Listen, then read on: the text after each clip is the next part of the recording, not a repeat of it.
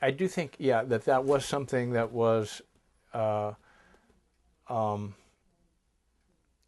it was unusual, and but I don't know who besides Patty and I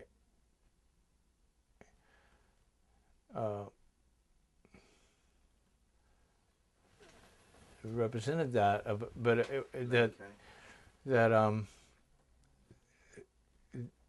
that we had theories about rock and roll and ideas about what was interesting in rock and roll, apart from intellectual. I mean, we had intellectual ideas about what we were trying to do. Always before, rock and roll had been thought to be um, primitive, like um, basically moronic, and in a way, um, it's possible to be smart and be moronic at the same time. I mean, Iggy Pop is really smart, and you can't get much more moronic than the Stooges. Uh, but it was kind of in that generation where it was which I guess was sort of the generation that grew up with rock and roll. I mean, um, uh, people like Lou Reed and Iggy, and then Patty and me, whose whole lives had who weren't in the first generation of rock and roll, who'd actually had rock and roll from when they were children. Um, uh, that um, that that had this combination of not of knowing that we weren't stupid, but knowing that wasn't anything to be proud of. um, that there wasn't really a dichotomy between being, you know, kind of intellectual, kind of thoughtful, kind of curious about the world, kind of, somebody who reads, who thinks, but also is more interested in what rock and roll does, which has nothing to do with any of those things. But it doesn't mean that you can't have those things and do rock and roll well.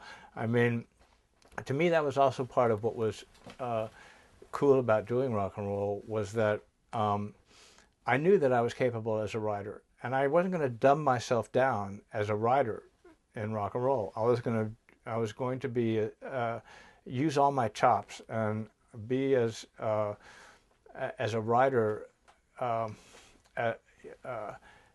as eloquent and stimulating as I could possibly be, without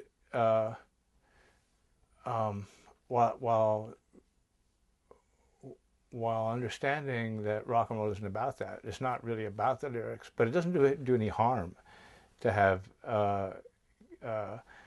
well-written lyrics. It doesn't hurt it, but no song was ever good because its lyrics were well-written. What rock and roll does is different. It's physical. Rock and roll is physical, and about energy and attitude. But it was fun to bring in this element of intellectuality without being ashamed of it. But without like attaching too much importance to it. But it's true. The thing you brought up about the new wave, that was an interesting point. In that, I mean, the thing about the new wave, French New Wave, was that they started out being writers about movies and then became movie directors. That wasn't exactly true of the CBGB's band, but I see what you mean, and it is relevant. I mean, that we were people who thought about rock and roll. Some of us were, anyway.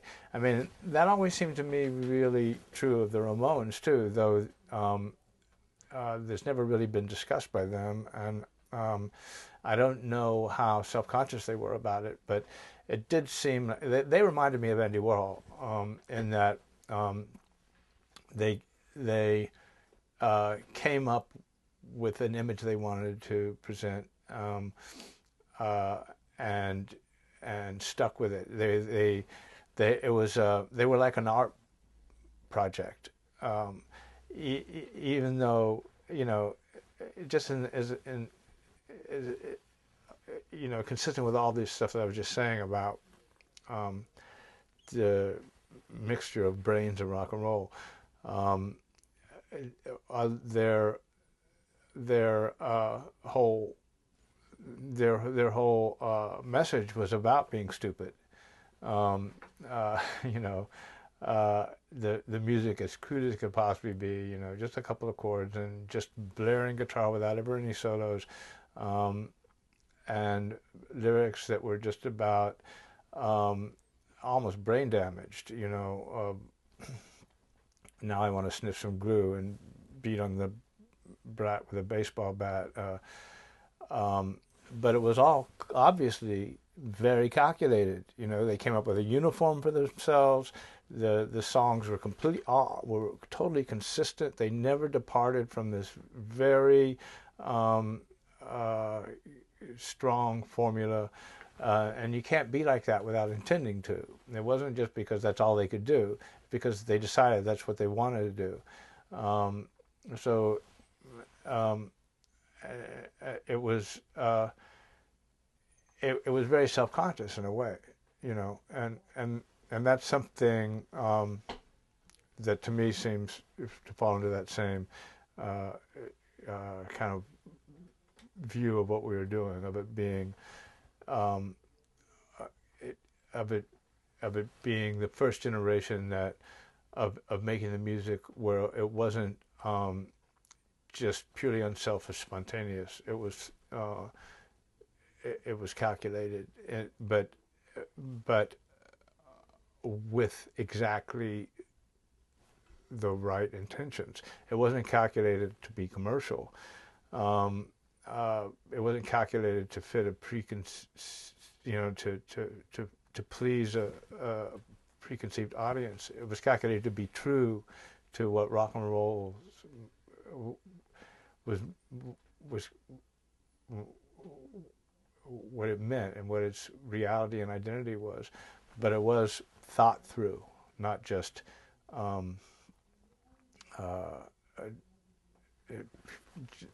instinctive. There was some analysis going on of what was interesting to do, and then deciding to do that rather than it just being unselfconscious and spontaneous.